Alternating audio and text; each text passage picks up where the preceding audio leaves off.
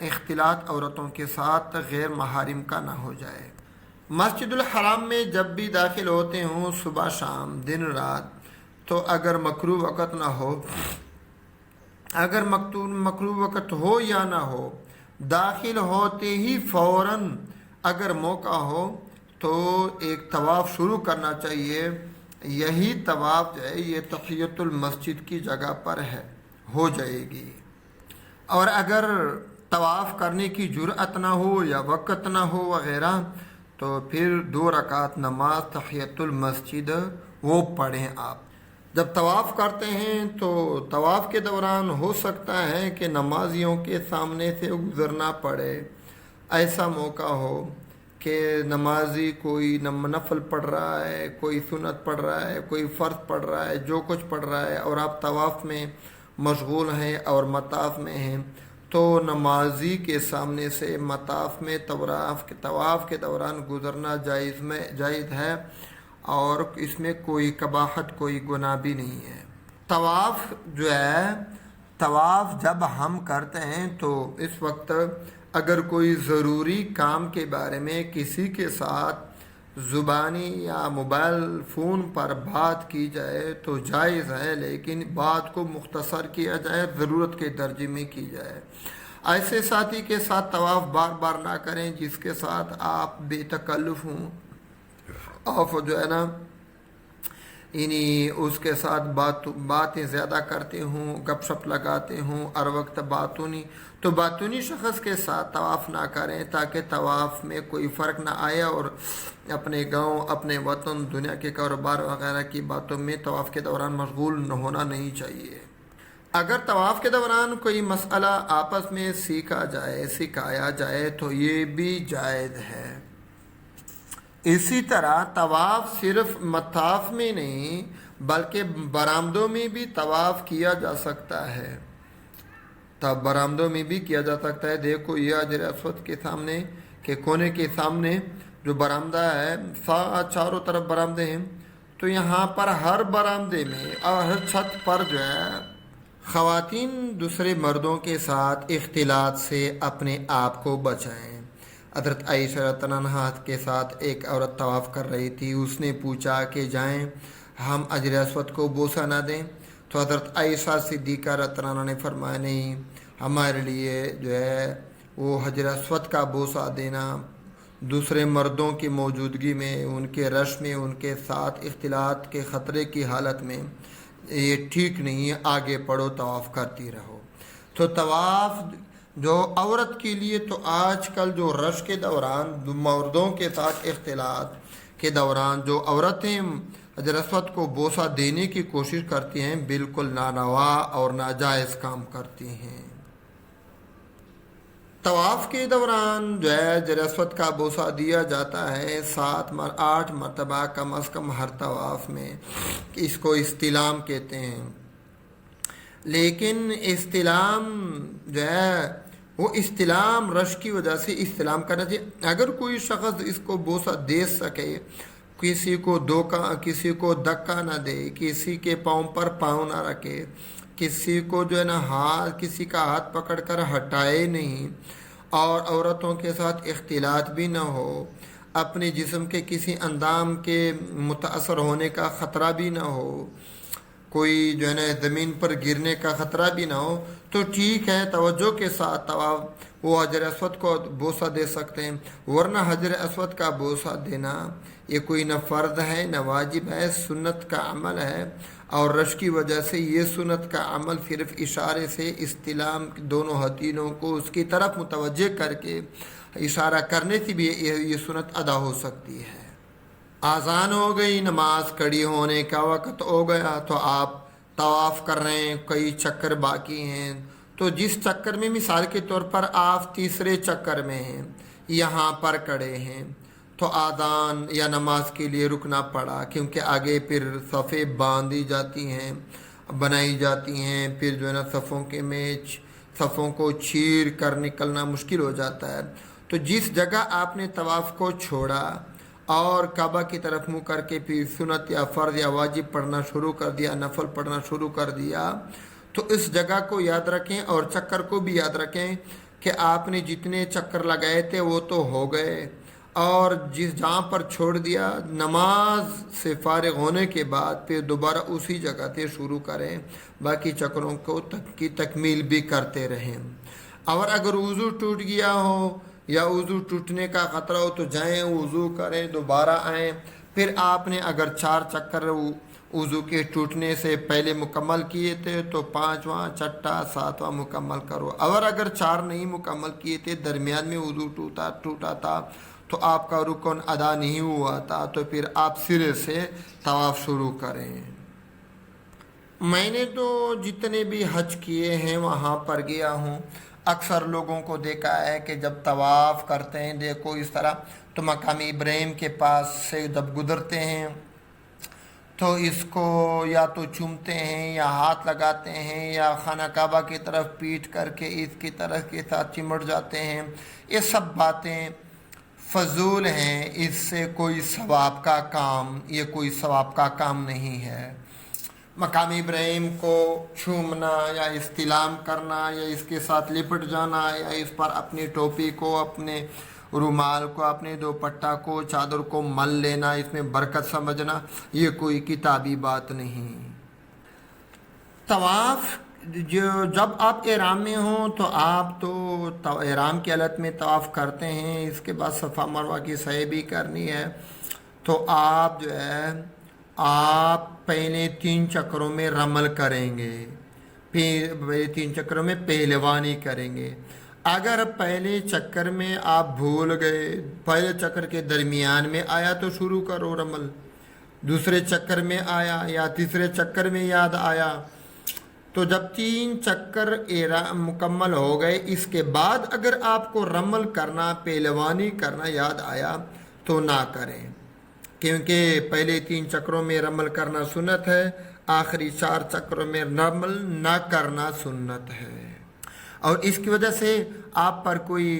قربانی، کوئی دم، کوئی صدقہ بھی واجب نہیں ہوتا، کیونکہ یہ رمل کرنا یہ طواف کے دوران سنت کا عمل ہے، نہ فرض ہے نہ واجب ہے۔ مردوں کے لیے جب احرام میں ہوں اور طواف کرتے ہوں تو دائیں کندھے کو کھلا رکھنا، یعنی چادر کو دائیں کندھے کے نیچے سے بغل میں سے گزار کر بائیں کندھے پر ڈالنا تاکہ دایاں کندھا کھلا رہے،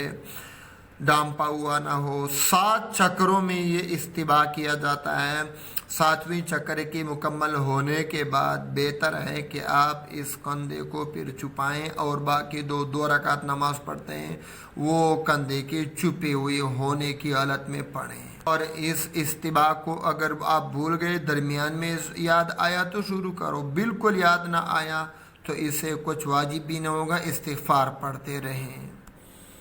ایک عورت طواف کر رہی ہے، اچانک اس کو حیض آیا۔ جب حیض آیا تو فوراً مسجد کو چھوڑ کر باہر نکل جائے۔ اگر باہر گرمی ہے تو کم از کم صفا اور مروہ کے احاطے میں چلی جائے، وہاں پر اپنے مرد کے لیے، اپنے خاوند یا محرم کے لیے انتظار کرے، جب وہ آ جائے تو فوراً اپنے بلڈنگ میں آ جائیں، پھر مسجد حرام میں اس وقت نہ جائے جب تک پاک نہ ہوئی ہو اور غسل نہ کیا ہو، اور اگر اس نے یہ طواف نفلی شروع کر دیا تھا تو وہ اس پر واجب ہو گیا، اور اگر یہ جو آپ نے لیکن اس کی وجہ سے کوئی دم وغیرہ بھی واجب نہ ہوگا، لیکن فوراً نکلنا پڑے گا۔ طواف کر رہے تھے کہ آپ کے ساتھ شک پیدا ہوا کہ میرا یہ 6واں چکر ہے یا 7واں ہے، آپ کو شک ہوا ہے، تو شک کی بنیاد پر آپ پھر 1 چکر اور بھی لگا سکتے ہیں تاکہ آپ کا یہ شک ختم ہو جائے اور 7 چکر مکمل ہو جائیں۔ اور اگر آپ شک میں نہیں تھے بلکہ ویسے آپ نے 1 اور چکر اپنی طرف سے زیادہ لگایا کہ بھائی میں اپنی طرف سے 1 اور بھی چکر لگاتا ہوں، شک بھی نہیں ہے، تو پھر 1 طواف اور آپ کے ذمہ واجب ہوگا، 6 چکر اور بھی لگانے ہوں گے اور 1 اور طواف مکمل کرنا ہوگا۔ طواف کے واجبات کو بھی یاد رکھیں، دائیں طرف سے شروع کرنا، دائیں طرف سے کرنا، حجر اسود سے شروع کرنا، حتیم کو شامل کرنا، پیدل کرنا، پاکی کی حالت میں کرنا، 7 پہ چکر مکمل کرنا، 2 رکعت واجب الطواف پڑھنا، تو 8 واجبات بھی اس میں ادا کرتے رہیں۔ پردہ چھپانا، اگر طواف کے دوران کوئی جو ہے تھک گیا، کسی کا ٹمپریچر ہوا اور مزید چکر ہی نہیں لگا سکتا، تو وہ سستانے کے لیے طواف کو چھوڑ دے، چکر کو معلوم کر لے کہ کتنے کون سے چکر میں ہوں اور کہاں پر چھوڑا، پھر جا کر ذرا تھوڑی چند منٹ کے لیے برآمدے میں جا کر یا کسی جگہ پر جا کر پانی پیے، ذرا لیٹ جائے، آرام کرے۔ وضو نہ ٹوٹا ہو تو فوراً آ جائے، وہی چکروں کو مکمل کر لے جب سستا ہے، اور آرام کر لے۔ تو آرام کرنے کے لیے اجازت ہے، لیکن ویسے مزے لینے کے لیے اجازت نہیں ہے، بلکہ طواف کے چکروں کو متصل کرنا یہ سنت کا عمل ہے۔ مزے لینے کے لیے بار بار بیٹھنا یہ طواف کی بے ادبی ہے۔ طواف کے دوران آپ دیکھیں گے کہ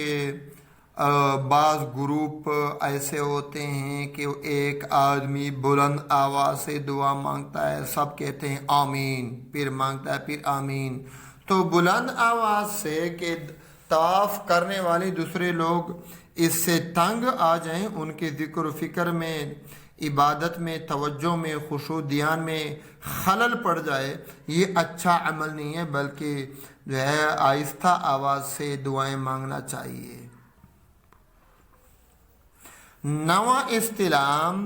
اس طواف کے بعد ہوتا ہے جس طواف کے بعد صفا اور مروہ کی سعی ہوتی ہے، جہاں بھی کریں، خواہ مطاف میں یا برآمدے میں کھڑے ہو کر، جہاں پر بھی۔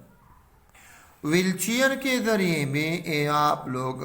طواف کر سکتے ہیں، لیکن ویل چیئر کے دوران جو آدمی بیٹھتا ہے تو اس کو چاہیے کہ ایسا نہ ہے کہ اس کو نیند آ جائے